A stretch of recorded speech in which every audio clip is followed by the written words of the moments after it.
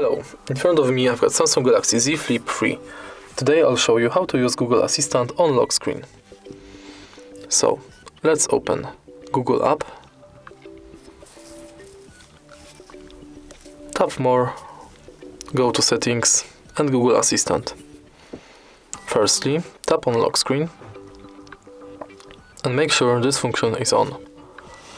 Now tap on Voice Match and turn this function on. Now we can lock our screen and simply say, "Hey Google, what's the weather like tomorrow?"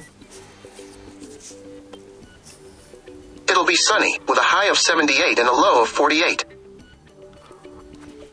If you find this video helpful, please leave like, comment and subscribe.